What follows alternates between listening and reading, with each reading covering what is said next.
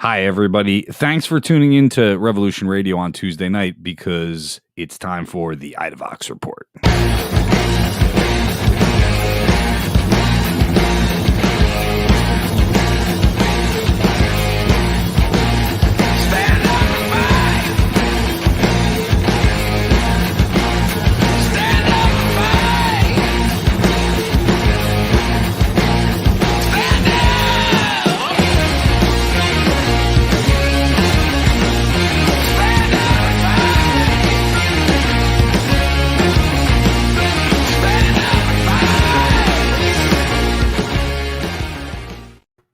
Good evening, y'all. How y'all doing? Christian is busy today, but you're going to see him later on. I'm Daryle, Lamont, Jenkins. This is the Idavox Report. That is the legendary to my left is Brian Powers. Hey, man. Of New Jersey, well, no longer New Jersey Revolution Radio, but No. Everybody's still trying to get used to saying it. Yeah, but you know, it is what it is. I mean, you have a legacy. Well, it's a proud one too. But we've gone national, man. Gone national.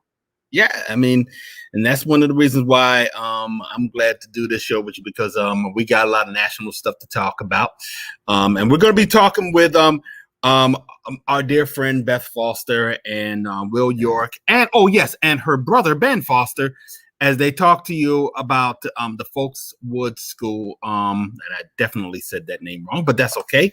We're going to get it right as soon as we get it on the show, because they're talking about a virtual / physical school that they have put together in the woods of Tennessee. That's, I don't want to just say progressive. I'm just say straight up radical. There's a lot of things that they want to tell you about the school and about the conditions of the area that they're in, because they're in a rural area and you don't get a lot of progressive, radical, leftist, radical politics in the rural area, but that doesn't mean they're not there. And it's a good idea not to ignore your rural areas just because we consider it to be Trump country. You know, some of those countries aren't Trump's. So I don't give out spoilers, but it is also true that there's been some amazing organizing that's happened in rural areas.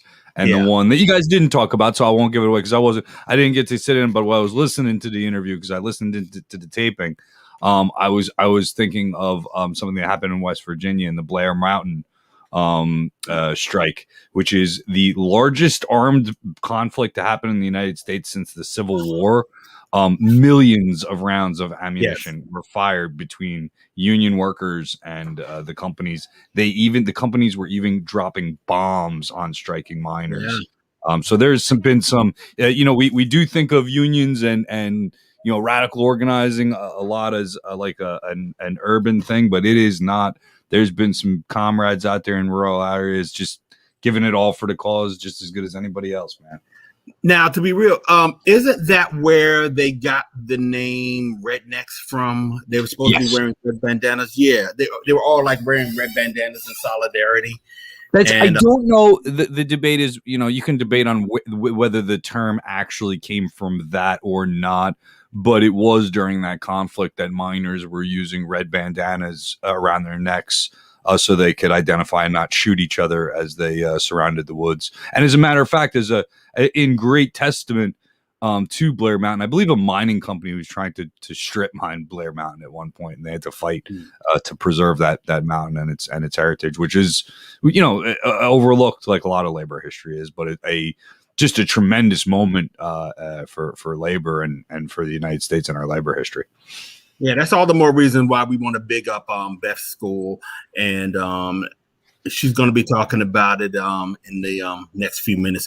I do want to start the show off by just showing some love to friends and family of a dear friend, somebody that I've known for over 30 years. His name is I knew him as Pete V, or Pete Ventonio, from here in New Brunswick, New Jersey, and he used to be in the band back in the day called Sticks and Stones. That's how I knew him. But then he became Jack Terrycloth from the band World Infernal Friendship Society, one of the baddest bands in the business, and he was one of the baddest cats in the business. And we lost him. I believe it was just a couple of days ago, really. We don't know exactly what happened. I do know he had a few cardiovascular problems. He was only 50 years old. He was going to be 51 on June 11th. And they were, and I hear that the band is talking about doing something around that time, around his birthday. So we will see what's up in the near future in regards to that. But if anybody who knew Jack, or Pete, you knew that this dude was larger than life. Even though he really wasn't trying to be larger than life, he was a cool cat. He was a cool cat, and I'm gonna miss him. He's a brother. He's a brother. What kind of music was it? Was it heavy metal or cabaret? Wait. Cabaret thing. We're gonna see some of his music. We're gonna end the show with a World Infernal song called "Only Anarchists Are Pretty," and it's that kind of music. I mean, you're gonna love him, man. You're gonna love him. I mean, he was out of sight. I knew a couple of people from the band from down here. I remember when all I can say is that he's been a part of my life, part of my history for the past 30 years.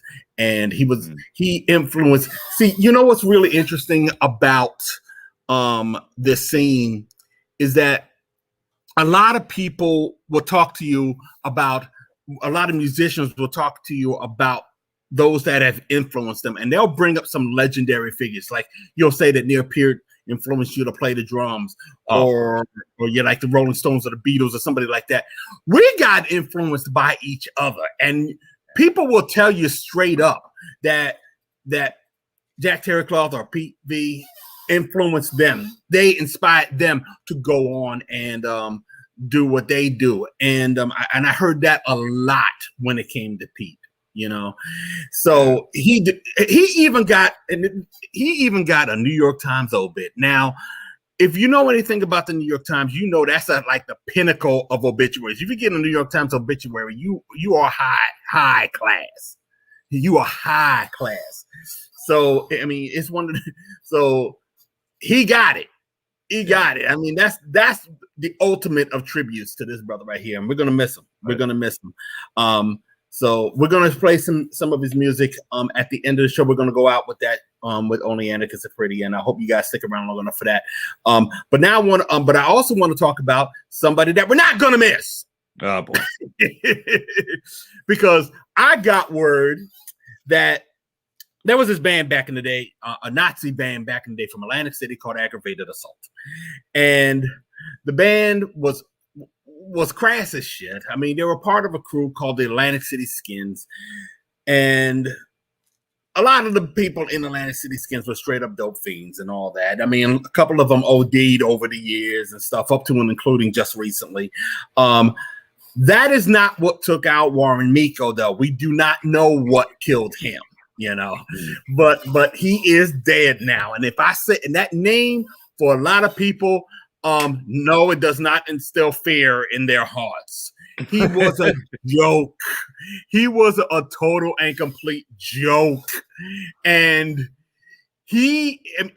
I've just been causing him and Atlantic City Skins all kinds of grief over the past just really 20 years since OBP started. So much so that like a couple of years back, they wrote a song about me. So and it's stupid as hell. I'm not going to mention the name. That you guys, if you can find it, you find it. So, but I'm not going to waste my time with it. And this is my tribute to Warren Miko. This is the Atlantic City Skins logo. It's a patch, and if you see, it says 86-88, donated by Brent Eaton of White Power Band Aggravated Assault in New Brunswick, New Jersey, January 1995. All I'm going to say about that day, Brent Eaton was the guitarist in Aggravated Assault. All I'm going to say about that day is don't come to New Brunswick. Just don't be a Nazi and come to New Brunswick. I mean, now you can see all kinds of stickers and stuff, but even the Nazis, if they show their faces in New Brunswick today, they're going to catch hell. So, and they learned that the hard way, January 1995, and that patch was on a jacket that I bastardized. I saw I needed a jacket actually, and we Are you telling me maybe just by coincidence at that same event a Nazi was missing his jacket afterwards somehow and his shoe. And I said January, right? All I know is that he was getting his ass whooped, and my boy started beating him down, and his shoe fell off. My boy picked up a shoe and just started whacking him across the head with it, pushed him over to me. I smacked him around a couple of times. I was holding on to him for dear life, and then he just wiggled out of his jacket and ran down the road with one shoe on. And I looked at his jacket and said, "Oh, okay, extra large," which at the time I fit. So I took his white power patch off. I took the British patch off on the back later, and that patch and that jacket was mine ever since. And I put all kinds of silly ass patches on it or whatever. But yeah, Warren Meekill will not be missed. He's a very he's a cautionary tale, if you will. Yeah. And I think we should when we bring up the AC skins and for people, we brought them up a couple times on the program, so IDVOX fans should know about this group. But it was a seriously violent organization. They murdered people. They did. They're affiliated with prison gangs, and these are not. You did describe them as a little bit of, and they are fools. A lot of these people are not the brightest bulbs in the shack. You know what I'm saying, to begin with. No, but they're a seriously violent gang, and I believe it's one of their members still has his name for fallen workers, and we bring this up every time, and it bears repeating because it's still there, man. It's still there, and it's an embarrassment that my home state still has one of their members on a tribute to fallen workers because he got hit by lightning and died on the job. Yeah, he got struck by lightning while working on the casino, and he was doing construction. He was laying concrete. His name was Brian Bradley. And Odin said, "You know what?" and then his unions come the fuck on, y'all. Listen, man. Puts him on a memorial to fallen workers, and he's still there today in Tennessee, on Tennessee Avenue in Atlantic City. And honestly, people, we got to talk about them and the fact that they have to remove that name. It's been 10 years now. Remove the damn name. I mean, his group killed somebody who was a friend of somebody who was in Atlantic City politics, and his name is still there. Come on, let's take this name off. And while we're talking about Atlantic City skins, we also should point out that one of the main members, basically the leader, is now in another racist band called Blue Eyed Devils, a well-known hate band out of this area, and he's making overtures about his band performing somewhere in New Jersey sometime in June. And he said that the group is his group, Blue Eyed Devils, which is kind of like a hardcore band that tries to sound like Happy and fails miserably. They are going to be performing with groups that are not exactly like them. Now, Blue Eyed Devils is only known as a white power band. So if they're going to play anywhere, they're going to play somewhere where they're really not where they are allowed to.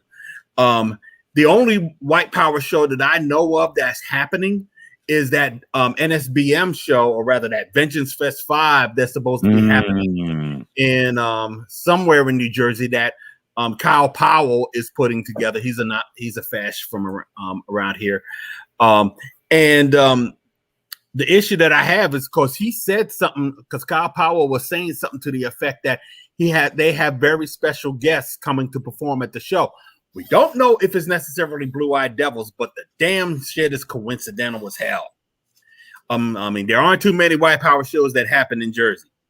Blue Eyed Devils can only play white power shows. It's not like they're going to be doing the Garden anytime soon, Right. So there's a good possibility that that's the show that Blue Eyed Devils is going to be playing. And just like we said about Atlantic City Skins, quote unquote skins, they really should not be getting that kind of attention, that kind of money, shall I say. It ain't going to be much money because But if you want to learn more about that show, just go to idavox.com. We have some information about that, about Warren Miko passing. We don't have anything on Jack Terrycloth, only because there's a lot of people that have been writing about him anyway. If you see my public Facebook page, you will see some old video that I had done back in the 90s of him performing with Sticks and Stones. So go over there, go over to idavox.com if you want to check out some stuff. All right. So what we want to do right now is go to before we jump into that, I did want to I got to acknowledge Jamie on the chat there, saying that we're very informative. Thank you, Jamie, very much. We appreciate our audience. Hey, listen, I mean, it's because we have an audience to talk to that we get to inform people, and Warren is here every week, man, hardcore. Yep. We got ourselves a diehard, man. I think we got ourselves a diehard there. Oh yeah, dude. Jamie, your shirt's on the way. I put it in the mail today. There you go. And Warren Christian is not here now, but he's going to be on the pre-taping, so you're going to see Christian in just a minute. He's taking a little time off, but he'll be back. I think he's going to do NJR Live with me tomorrow night. We're going to do a movie review, so pop in tomorrow night at 8 p.m. for NJR Live right here on Revolution Radio, and you get to check in with Christian, myself, and Belisha. We're going to do another movie review, White Tiger. Ooh. I'm gonna enjoy that one. I will tell you that I should say this, like Brian said, that the interview that we're about to show is pre-recorded because Beth could not and Beth and everybody, Beth, Will, Ben could not do it live because of contractual obligations. But hopefully we're looking at the possibility of Beth becoming a guest host at some time during the summer. We'll see what happens. Doesn't mean that all of us are leaving, but it just means that we're gonna have some friends coming on board. Yes, we're growing, we're organizing, we're getting better, and y'all are in for a treat. I got a sneak preview of this interview. I got to hear the taping, and man, just get some popcorn and sit down because this is a good one. You're gonna like it. So let's get to it. Let's get to it. All righty. As soon as we figure out, okay, here we go. I guess I hit play. I guess I'm the one that starts it up. Yeah, you're the one. You got it. I'm the man. So why isn't it working? Hey, just stream. I might be able to do it from here. Let's see. Yeah. Leah, if you can do it. It's live. Well, welcome back, Beth. There you go. Thank you. You are our first repeat offender. Yeah. Uh-oh. She didn't learn the first time. No. I had a lot of fun the first time. Well, we got a chance to talk about the Antifa Navy in the first time. So now that we get to chill and talk about that other work that you're doing, and that's and I think really I love my Antifa Navy, but I think this is probably a little bit more important, especially given what they're trying to do to education in this country and in this and in particular in Tennessee. So can you give us a rundown, and Ben and Will, feel free to chime in. Absolutely. So Beth, start it off. What is this all about?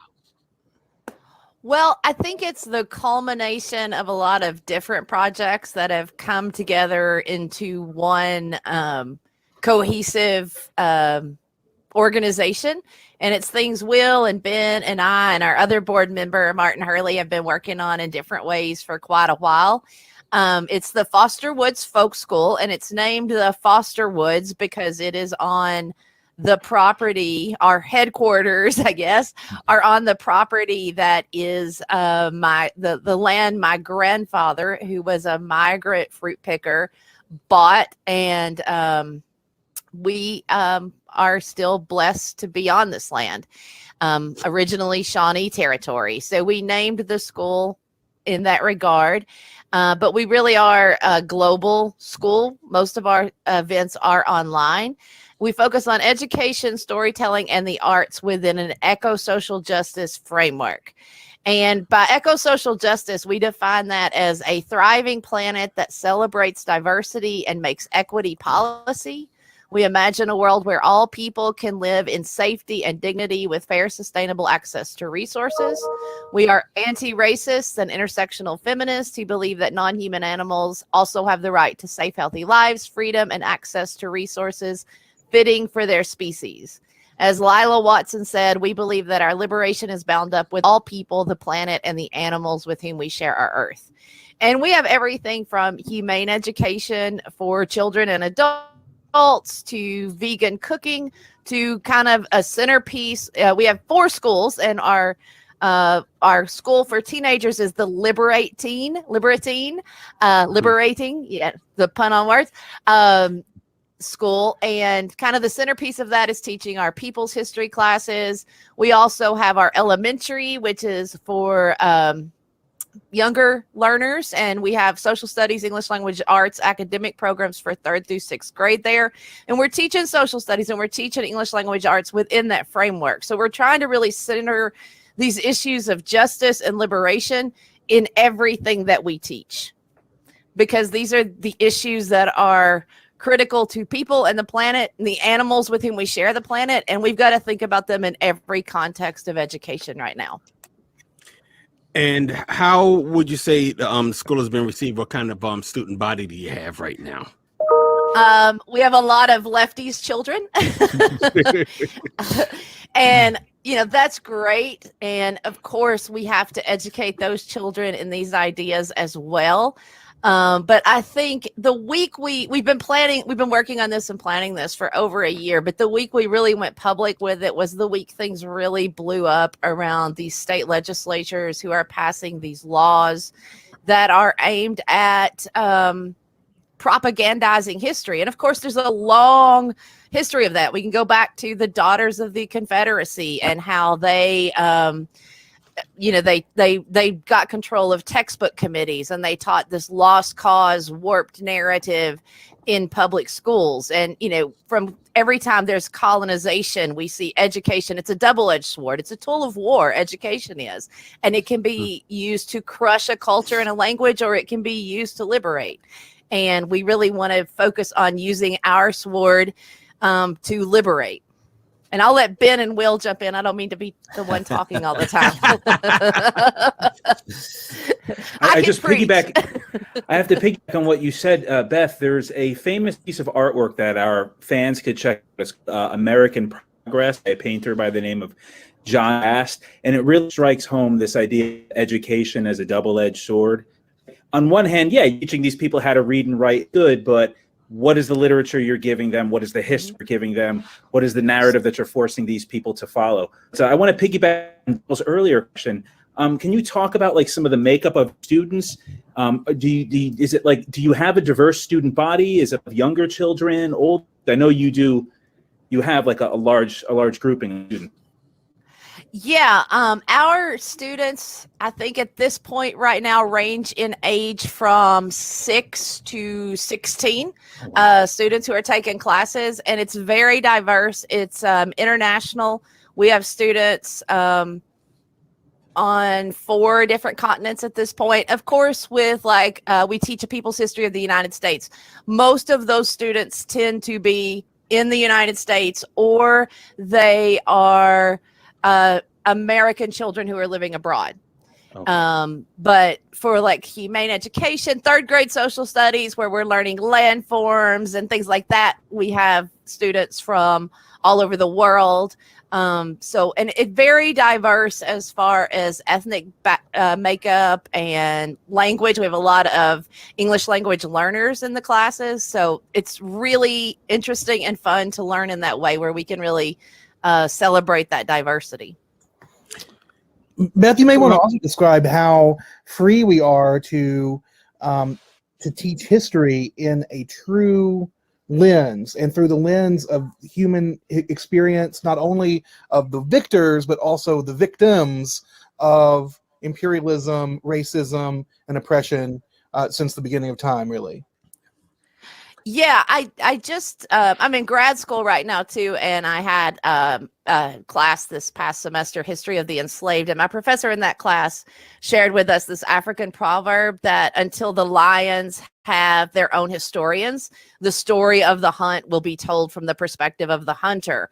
And I think that's true for working class, poor people, all groups of people who have been marginalized. And, you know, we've started to see this people's history, you know, kind of starting with Howard Zinn and a people's history of the United States. We had the New York Times 1619 Project, and we're seeing this history over the last 20 to 25 years really starting to become available. But we also see that pushback now, you know, with Donald Trump specifically naming Howard Zinn and the 1619 Project as the enemies of patriotism and making children ashamed of their history. So we are free to teach those things. And I think I've talked to Will about it. My biggest quandary is, how do we make sure that this is accessible to children who don't have the parent who's going to log in, register them for class, get them on Zoom? We do waive class fees. You know, we post on everything. If the fee is a barrier, email us and we will waive that with no questions asked. But that doesn't account for who's going to register, log in, make sure they're in front of Zoom, get them the computer, get them the technology. And those are questions we're grappling with, is how do we make that accessible? So one of the questions I wanted to ask you, talk about how you have a leftist student body. Ben, I'd like to ask, what got you into it as well? Because, okay, a leftist student body, how's the faculty doing? Well, you know, I like to think of myself as kind of the kooky art teacher of Foster Woods. I come at this from, you know, I'll be real with you. My indoctrination, of course, you know, I grew up with Beth, so that was a large source of information and knowledge. But my indoctrination into this, straight up, 14 years old, Rage Against the Machine. That's where I come into it. That's where I hit at. You know, and then from there, you know, I'm a musician. I'm a podcaster. I do a lot of things. I wear a lot of hats. I'm an actor as well. So, you know, I don't want to necessarily call myself an artist, because I believe that's something that somebody else has to call you. But I love the arts, and I love the arts that, and you know, I feel like we learn so much from songs and from poetry and from conversations like these that we're having right now. And I believe it's important to teach kids, you know, it's not just sitting in a classroom. It's not just reading out of a textbook. It's creation. Learning is creation. Learning is singing and writing and, you know, having conversations and getting this back and forth. And, you know, I love the idea of teaching kids podcasting in particular, which I'm sure you guys are you know, passionate about as well, because you got two mics. You're a professional, right?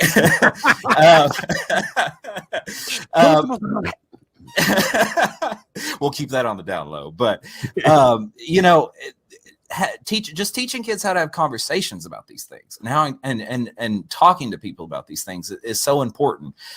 So, you know, I come into all of this work through the arts. The arts are what showed me all of these things and what I wanted to do and where I wanted to go with it.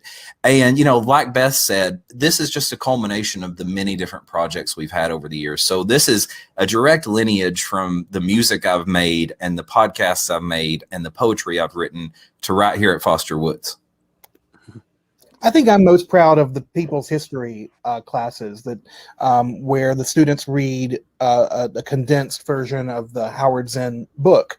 And Beth has wonderful activities that correspond with learning about American history from the perspective of the people, truly from the bottom up rather than the top down, because we know that that's how history is made. History of the working class, history of the people with a capital P is not the history of politicians. It's not ultimately the history of legislators. It's not the history of presidents. Yet that seems to be what is taught most predominantly in schools. And it strikes me that beginning next year, the what we teach in Foster Woods history class is literally illegal in the state of Tennessee. Yeah, I was just getting to that.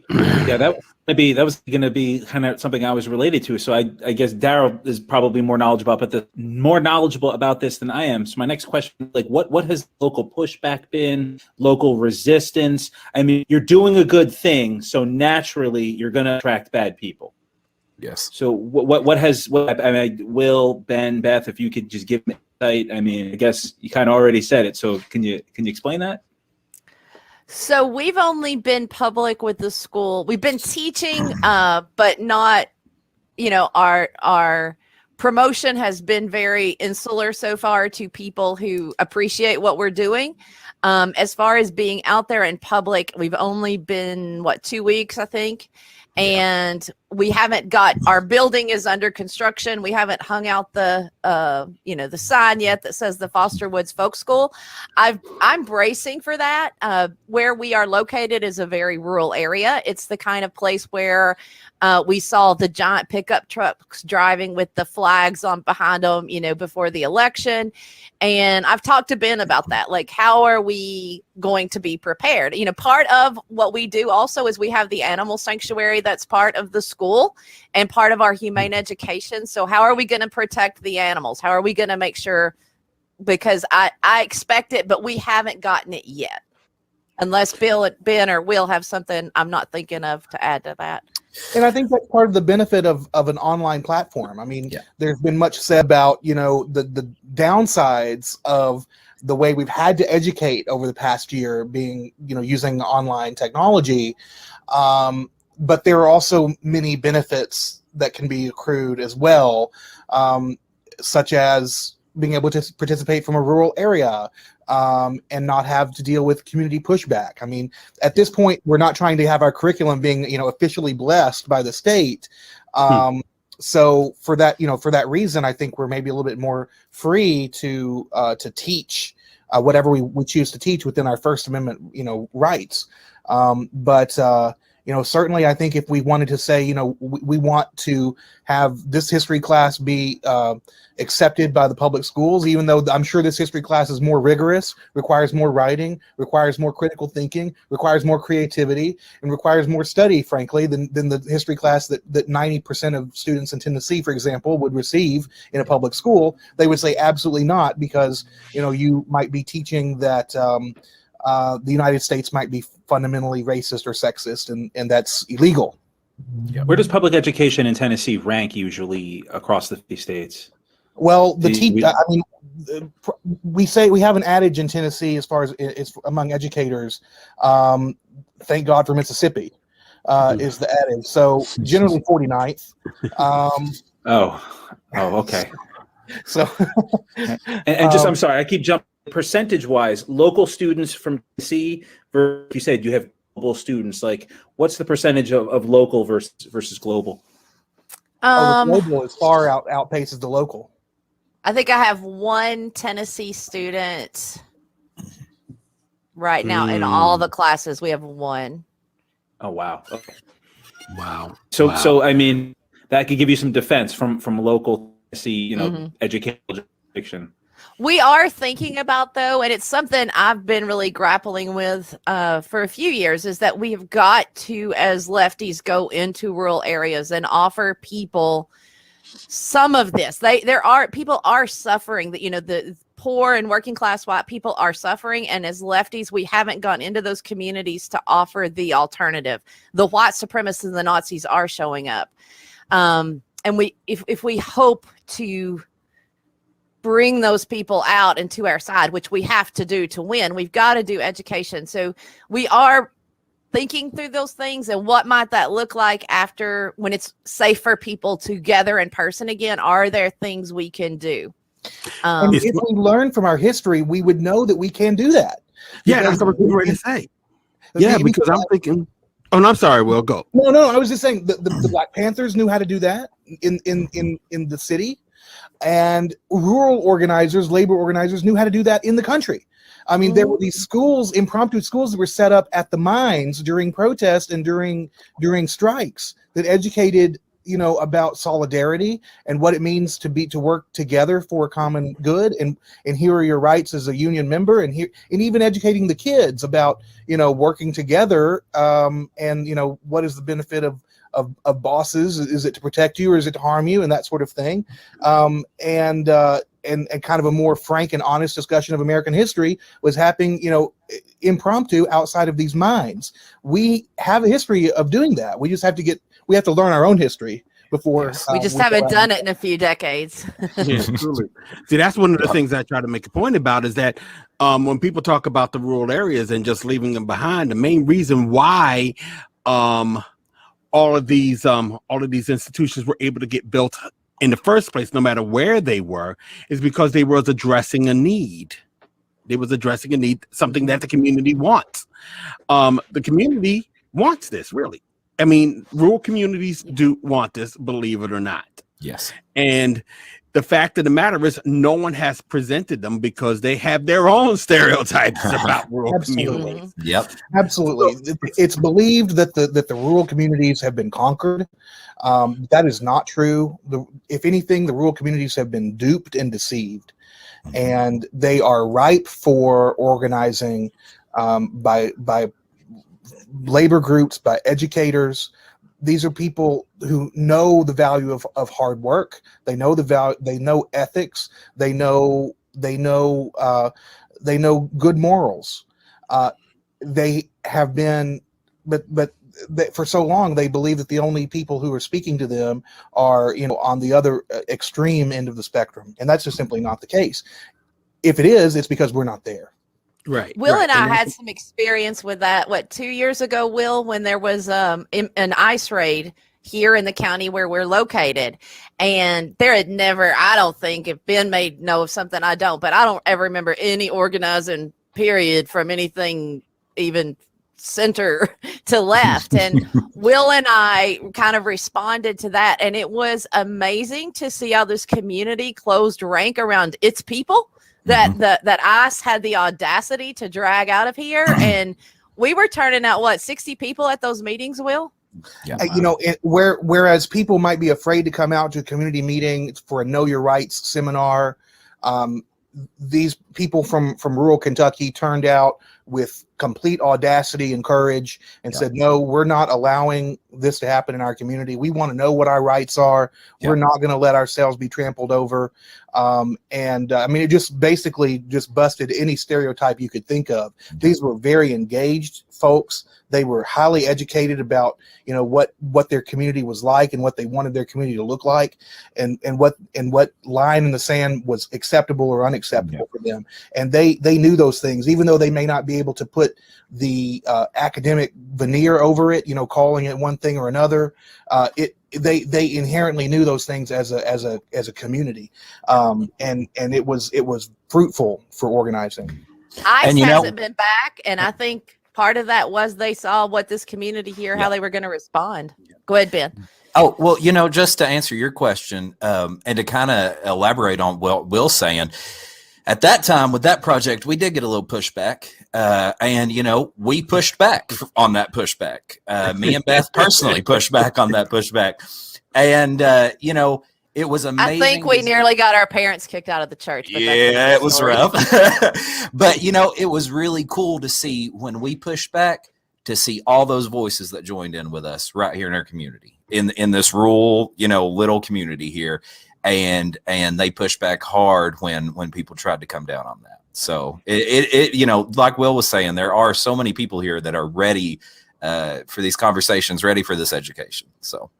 Yeah, it's like one of the things that I remember when I was it was really important for me to go to Pikeville, Kentucky, for example. Oh, yeah. I went to a Nazi rally out there about 2 years ago. Not 2 years ago. It was 2017. And what was so great about going out there is not just because we got to yell and scream at neo-Nazis. Sure. But I was in a town, Pikeville, Kentucky is a town that was like the center point of the Hatfield and McCoy feud. Yeah. And the courthouse that they were standing outside holding their rally at was the courthouse that the trials were held. Mm-hmm. And I just thought, I mean, and the whole place, Pikeville is just all about the Hatfield and McCoy feud. Yeah. They got Oh, Hatfield yeah. McCoy hamburgers, Hatfield and McCoy car wash, Yeah. that kind of thing. And I just ate it up. I just ate it up because I'm just like, I'm loving the history. Yeah. And in the middle of all of this rigmarole, I was able to just get into some conversations with some folks there about the history and about what's over here, what's over there. And I'm just like, I want to go back. Yeah. I want to go back because that goes beyond what we was there for. And that's the important thing. And, I actually do a podcast on mysteries in Kentucky and the supernatural in Kentucky, which is a different story, but there is so much history. A left-wing Art Bell. Thank you very much. You're passing the Mothman down. That touches my heart. But, Art Bell's fun. Oh, yeah, absolutely. But there is so much history in Appalachia and so much of exactly what you're talking about. And it's so sad that there is that stereotype of all this stuff. There's an excellent Flowbot song about Ann Braden. And there's a line in it where she says, I guess I'm not your type of lady. I guess I'm not your type of Southerner. And I love that. Every time I hear that, that just hits me hard. Man, I didn't know we were going to talk about Flowbots now. Oh, brother, I could talk about Flowbots all day long. Yeah, I saw them play in Providence a couple of years ago. Yes. I met them. Yes. But getting to the obstacles, there's also that obstacle that everybody's talking about in at least not just in Tennessee, but all over, where they're trying to stop what they are calling critical race theory. And in Tennessee, they have a bill that went through the assembly. And incidentally, this is the same assembly that tried to protect Nathan Bedford Forrest by prohibiting the removal of Confederate memorials from property owned by any city in the state. And I'm reading something now from the Tennessean that says, a current Republican member of the General Assembly said in support of the 2016 bill, it seems like folks have really wanted to recreate our history. If we ignore our history, we are destined to repeat it. Fast forward 5 years, and now many of the same Republican state lawmakers who supported that fanatical measure for the cause of preserving history have now approved a bill that will require schools to whitewash our nation's racist past. And let's be honest, critical race theory is a very broad thing. You can say you're trying, even the mere thing where they were trying to avoid us talking about racism in the schools. That's bad enough. But how far does that go? Are they going to tell you that you can't celebrate Black History Month in the schools? If you bring up a historical figure that happens to be Black, is that now illegal? I mean, people will say that's outlandish, but after the past 5 years, expect the outlandish. So where are you, Will? I want to ask, where are you with all of this? I mean, has there been any pushback on that kind of activity going on? I tell you, educators hate this, right? I mean, educators already are bullied by our legislature and are tremendously underpaid and underappreciated. So all they want is another barrier to them educating their students. Same session, we passed a bill, I think equally as controversial. Basically, it says that anytime an LGBT topic is to be discussed, parents will have the option to opt out. So same thing. If you talk about Alan Turing, I suppose, and the Enigma machine, you have to send something home. Say, oh, we're going to talk about a gay guy.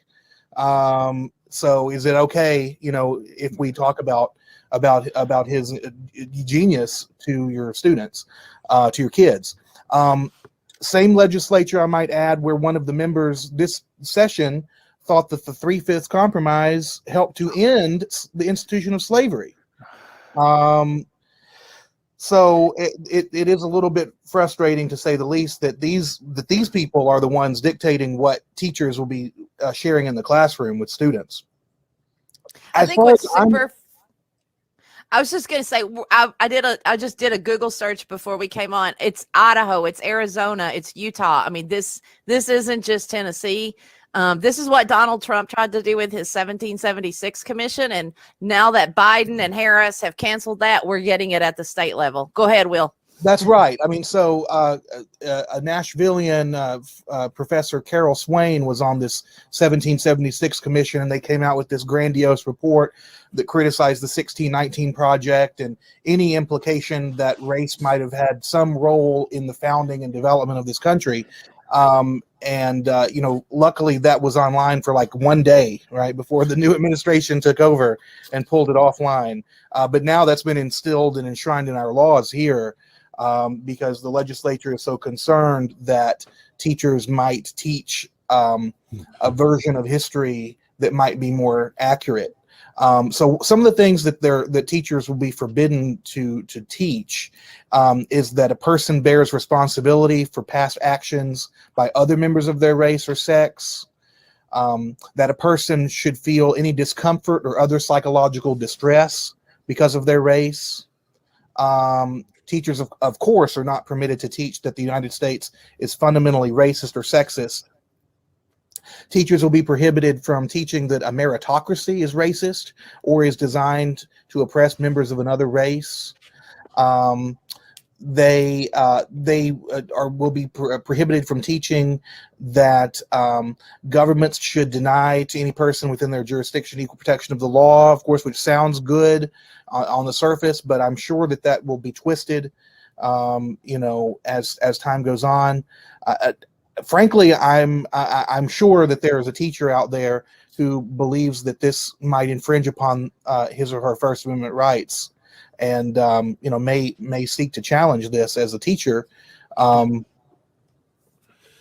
find it interesting that people go to college, they educate themselves, they get a multitude of degrees to become educators, to become teachers, right? And then they end up in these districts where it's just, no, we just want you to follow along this, this crappy education and this terrible curriculum, this racist curriculum, and it's just a waste of human resources. There's very few professions. We've seen it in the past year with doctors where it's just, no, this is what you're going to do. This is what we want you to do. And you're going to shut up about it. My wife is a teacher every day, and she teaches every day. And I see her dealing with that frustration. It's poor leadership throughout education. And that's a nationwide problem. It is. I mean, the way that they've crafted the bill in Tennessee is so extreme that I think it may even infringe on freedom of religion. They are prohibited. Teachers are prohibited from teaching anything that is contrary to the fact that Americans are created equal by their creator with unalienable rights. I mean, it's so absurd. These people are clearly not in a position to mandate curriculum. And frankly, we need it in Tennessee. We need it everywhere in this country, but certainly in a place that had chattel slavery only a few generations ago. You cannot say magically that there are no remnants of racism in our society, and teaching otherwise is, contrary to American values. That's completely dangerous. As one of the amendments they threw in even attacks the lawyers. As a legal scholar, I studied critical legal theory, which is a sister or cousin to critical race theory. And they added this as an amendment. One thing that teachers are prohibited from teaching is that the rule of law does not exist, but instead is a series of power relationships and struggles among racial or other groups. Well, that's fundamentally what we teach in critical legal theory, is that there is no rule of law that was bestowed on mankind from above or any other way, and that the law evolved culturally as a struggle for finite resources and as a representation of values by winners versus losers, haves and have-nots, and that's been the evolution of the law through the millennia. That's fundamentally what I research, and to pull the rug out from under that and say that as we as a state have declared that to be not true, and to not be taught. Now, presumably, I believe this law only applies to our K through 12 schools, but I mean, you can imagine, of course, if you were teaching in a public law school, the thought of even having that debate might cause you to think twice. for at least for fear of being put on a professor watch list or whatever else. What about book publishers? I'm sorry, I just want to ask. Oh no, go ahead, Beth. No, go ahead, Christian. No, because I wanted to ask about like in terms of publishers, like book publishers, Pearson, Thompson, Norton. Are they all in on this? Are they silent? I mean, I assume they're getting paid. Like, is it like the big book publishers or the big book? Are they the big? I'm sorry. Are the big book publishers? Are they the ones that are present in Tennessee? Are right-wing publishers? Like, could you give us any insight into that? Well, I mean, I don't. Not really. I did not see the book. I did not really see the book publishers at the hearings, which alone speaks volumes, right? I mean, if I were a book publisher, I would want to make sure that my position were expressed in a committee hearing. Now, I will say this: Tennessee is home to a large number of Christian publishing houses that would be happy to produce some sort of specialized or streamlined or tailored curriculum for Tennessee schools, I'm sure. But I guess absent that, either they'll have to rip the pages out or maybe mark through with a magic marker to remove any reference that may cause a white person to feel discomfort over the racism in the past. So with this kind of, I'm sorry. Yeah, I was going to say, because I know that. Go. No, because I was going to say, because I know that the large book publishers, like for instance, in a place like Texas, because Texas is such a big state, surrounding states become dependent on the books, software that Texas uses. So if you are a kid in Oregon or Oklahoma, your education might be dependent on decisions being made in Texas. That's right. Yeah. Do we see locally? Do we see that regionally in Kentucky? Is that something similar? I mean, that itself is anti-democratic. I haven't seen that yet. I haven't seen, the CRT or the critical race theory acceptable, book versus the non-CRT book. But I can imagine there being multiple versions of the same textbook published that comply with these laws or don't. But that's exactly right. I mean, typically these book publishers do not want to have more than one version of a book. So they will, go to the lowest common denominator. Just like in California, they have these high auto emission standards that don't apply in the rest of the country. But because automakers don't want to make two models of the same car, basically everyone's driving the California version of an automobile. So the inverse is also true with textbooks. And we need this. We need this education very, very badly. I mean, it was only a few weeks ago that I read a story here locally where in a public school where the assignment was to pretend that you are a plantation owner, write some rules for your slaves. Didn't they get in trouble for that? I think so and hope so. So toned. Happens a lot. It happens very frequently, and it shows the sort of kid glove treatment of this issue that is not far back in our past and is in fact has framed part of our present. And without being able to contextualize why we have private prisons, why we have militant police forces in certain neighborhoods, how can we possibly expect there to be any change without being able to have frank debate and dialogue in our schools about these things?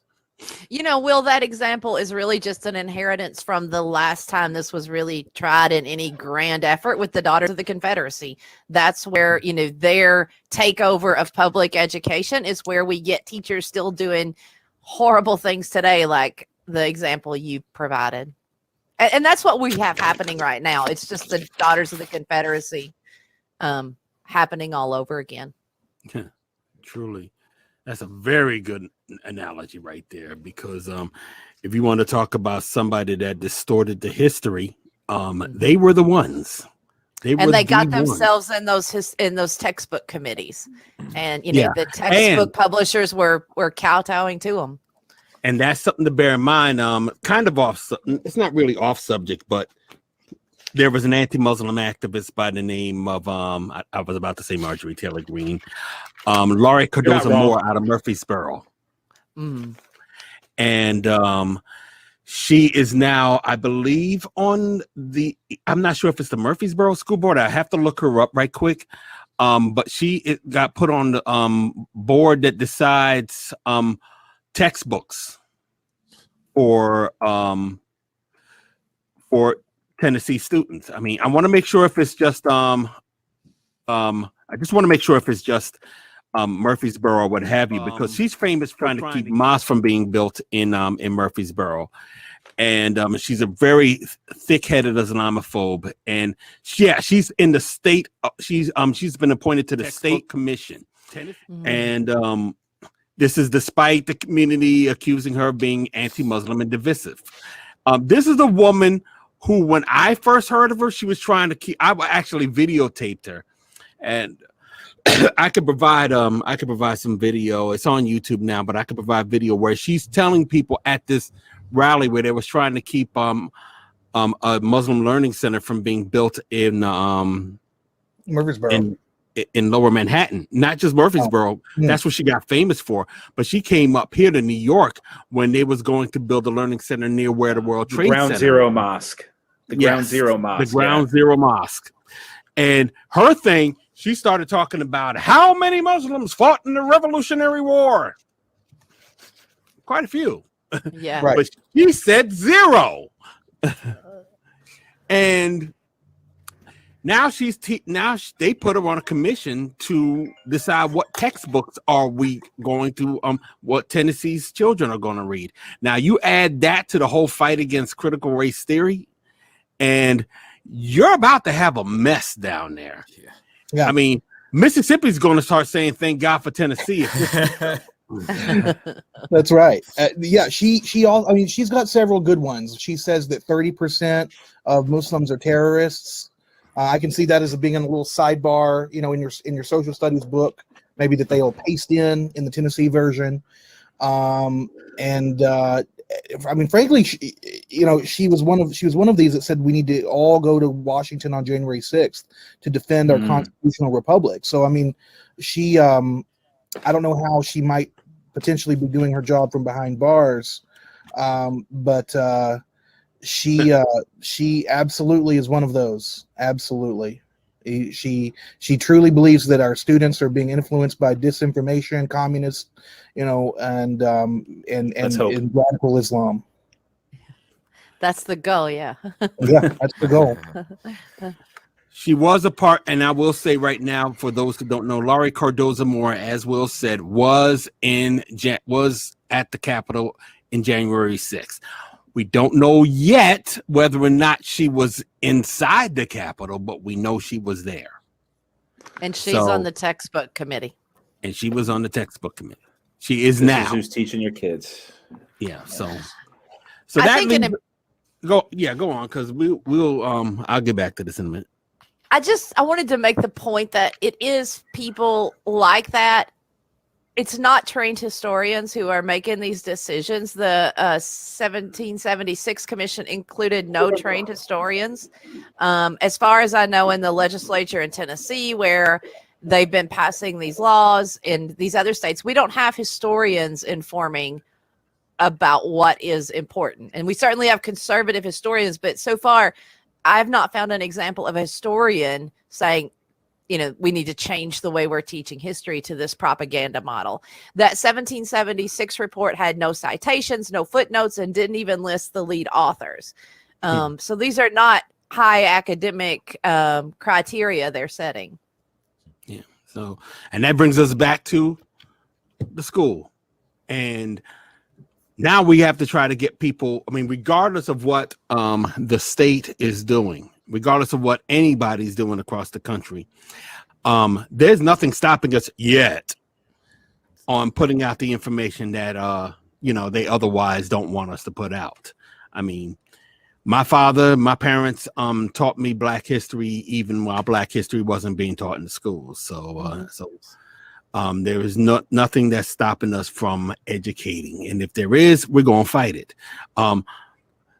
So right now, we got to see if we can get more people to going in your direction, taking your classes either virtually or right there in town, right there in Tennessee. how do people get a hold of you? How do folks reach you? The best way to see what we're offering right now to learn more is to go to fosterwoods.org. You're going to see all the classes we have available. You can email us from the website. Most 90% of the classes you're going to see there have a class fee. That class fee helps us pay for teachers, the school building, the things we need. But like I said earlier, we want this to be accessible to everybody, as many people as we can make it accessible to. And we can't solve the technology divide and those kinds of things. But if there are people who want to take a class or classes and the fee is a barrier, all they have to do is shoot us an email. There's no questions. The question may be, what can you pay? I had this yesterday, and I said, if you can't pay anything right now, that's fine. Just what can you pay, and we'll set the price at that. And they said $20. So they paid $20 for the class. That's a little bit that will help pay our teachers, but it also gets their student in the class this summer. So please don't hesitate to reach out if you need a scholarship. Here's another question.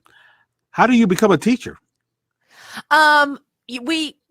We are working on a training process. We are asking those who are going to teach in the academic areas to have at least, a bachelor's degree or some kind of proven experience. But we're going to have a lot of classes that aren't necessarily academic. We're going to have podcasting classes. We're going to have gardening classes. We want people to share our values and share the reasons we're teaching, and be able to put those values into everything that we teach. So we're working on a training, and we've got some people lined up who are ready to get started. So we're going to be inviting them in, to discuss the values, to discuss what we want our classes to look like. We are anarchists, so we have a non-hierarchical classroom model. As far as you can do that with third graders, there has to be a point where you're like, okay, so we're going to raise hands, and I'm going to make you the stack taker. I try to keep that horizontal playing field as much as possible, but we really want it to be a conversation with learners and teachers, and realize that the teacher will be a learner and the learners will be teachers, and we're all always coming in out of those roles when we are learning together. And if I can, if I can, I just want to add to that in addition to the classes we're offering, Storyteller Studio, which is a part of Foster Woods, which I'm, that's kind of my stuff. We are having our first open mic on the first Wednesday in June. We encourage, if you can play something, come play something for us. If you just want to chill and check out the music or the poetry, whatever we're doing that night, please come, feel free to check that out. And then we're having an art exhibit, a photography exhibit from a local photographer here, the following Friday, I believe. So, there, in addition to the classes, there's constantly stuff going on with Storyteller Studio. There's constantly stuff for people to come check out, and we just love to have everybody that's listening. And both of those things are virtual. Yeah. All right. Well, I'm definitely going to be making it known that this school exists, because I think it's really important that folks not only know about it, but be involved. I want to thank Beth, Ben, Will for being here. Martin, wish you were here. But and hopefully I'll be down there soon. I love Tennessee. Even though I always seem to go down there to F with Nazis. And I'd like we got our fire pit and our grill at the school already. We don't have a building, but we have the fire pit and the grill, so we'll have a cookout when you get here, Daryle. Oh, well, you can't tell a 350. Oh, I'm down to 340. Tom, man, that there's going to be a barbecue in Tennessee. Oh, yeah. Yeah, you got me. I'm on my way. I should all right. drive down now. Fire up the grill. Yes.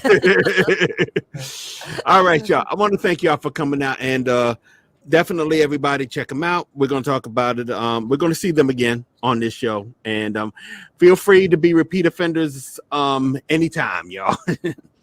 Thank you, Daryle. Thank you so much. This was a lot of fun. You're welcome. Always. Dig it.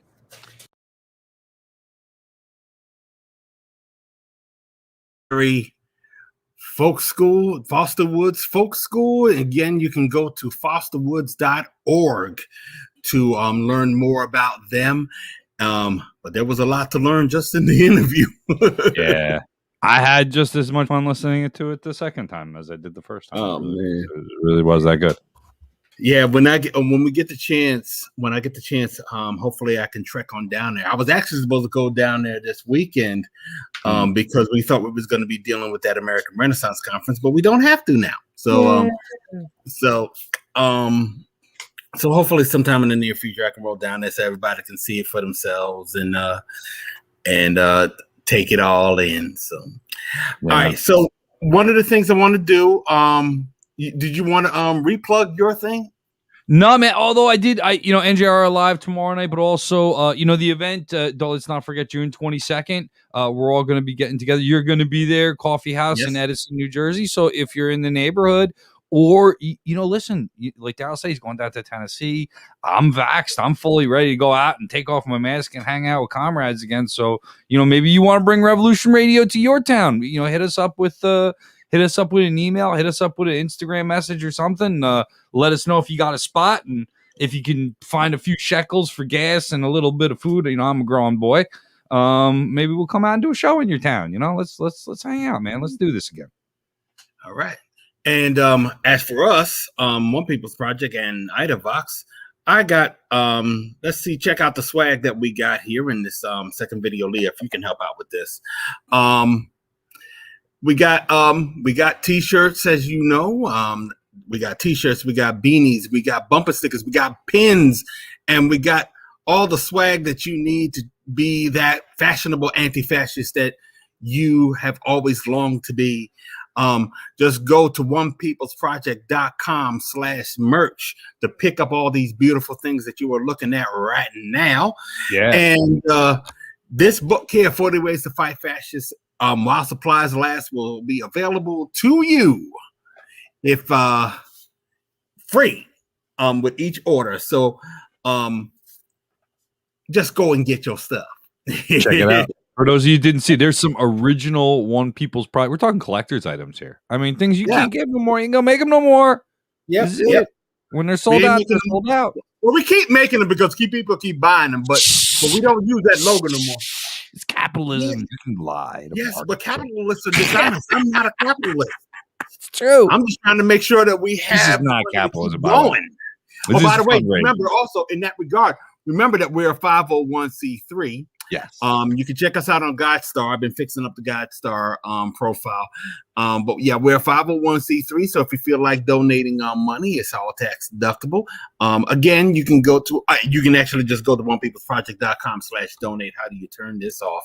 Now, anyway, there you go. I just want to wish everybody. I just want to say take care to everybody. And before we go, I'm going to say peace straight up right now. But we're going to, like I said before, we're going to bounce out of here with something from Jack Terracloth and the World Furnace Friendship Society. Rest in peace, my brother. See you on the other side. I'll see y'all next week. Y'all take care of business. Y'all take care of yourselves. And we just going to get rocking and rolling as of right now. Let's do it to it. All right. Hit me again with that thing, you're hitting me again, that thing. I want you to hit me again with that thing, you're hitting me again, that thing. I want you to hit me again, that thing, the thing, that thing. I want you to hit me again, that thing, with that one, you do. You all wanna go, I know you all wanna go. Oh no.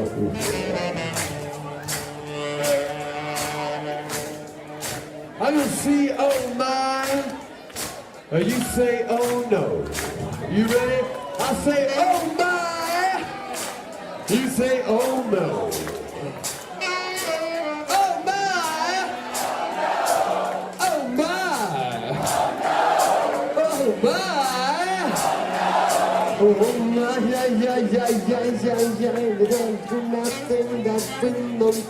That one, that thing, that thing. Cause that one thing, that thing. and the thing on yonder.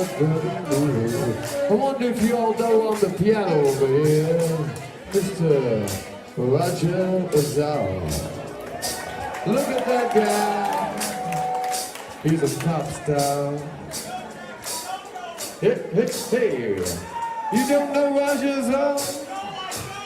Roger, why don't you show them what you can do?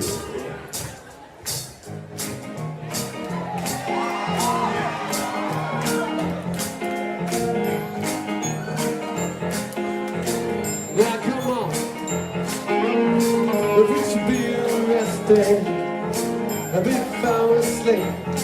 When I see you outside in a few days out, in a few weeks. And if you should be shot, trying to escape, well I know that all the lie that's written on his face will be alright.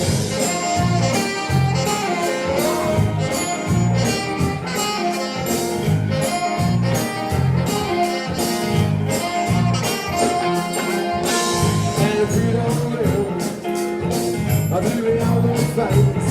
Everything because we got lazy and we got to get away. When we were young, we were the best thing going. And I struggled now to keep my hands to my head, but I still down streets around. That's what the anchor. I say yeah, there was freedom.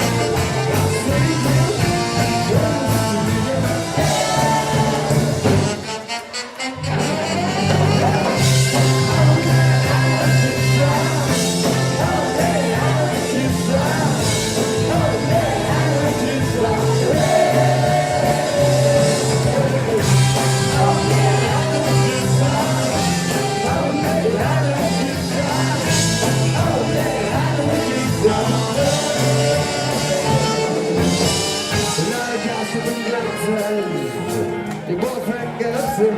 The bones was wailing in my snap. I turned my eyes to the streets and I gave him a kick. I said, hey, got one back. And we run, yeah.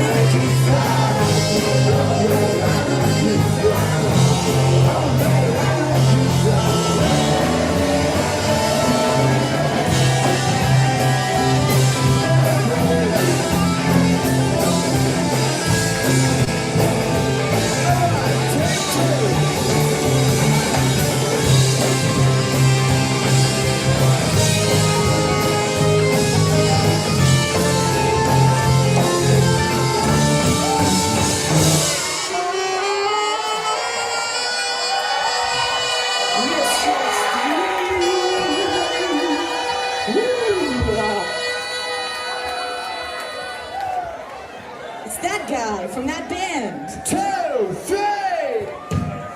Only anarchists are. Only anarchists are. Only anarchists are. Only anarchists are. Only anarchists are.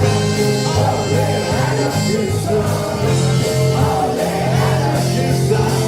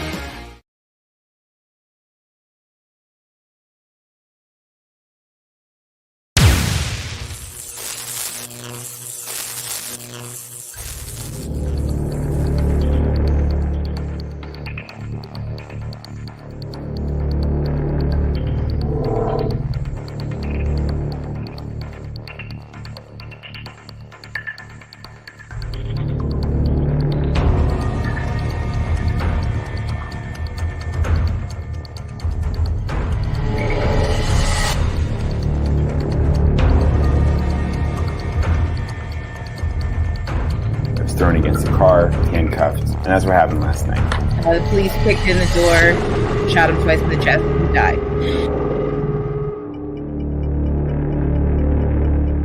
Before you knew it, we had 500 families. We had over 100 volunteers calling us.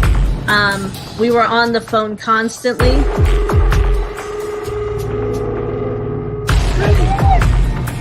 And I can't get it. And I got one police department telling me they don't know who's in charge. I got another police department here. Everybody's got a gun, and nobody knows who's in charge. Did anybody figure out who's in charge yet? Is there anybody in charge here? Any police officer in charge? Are you in charge? I can't find anybody in charge. That's the problem.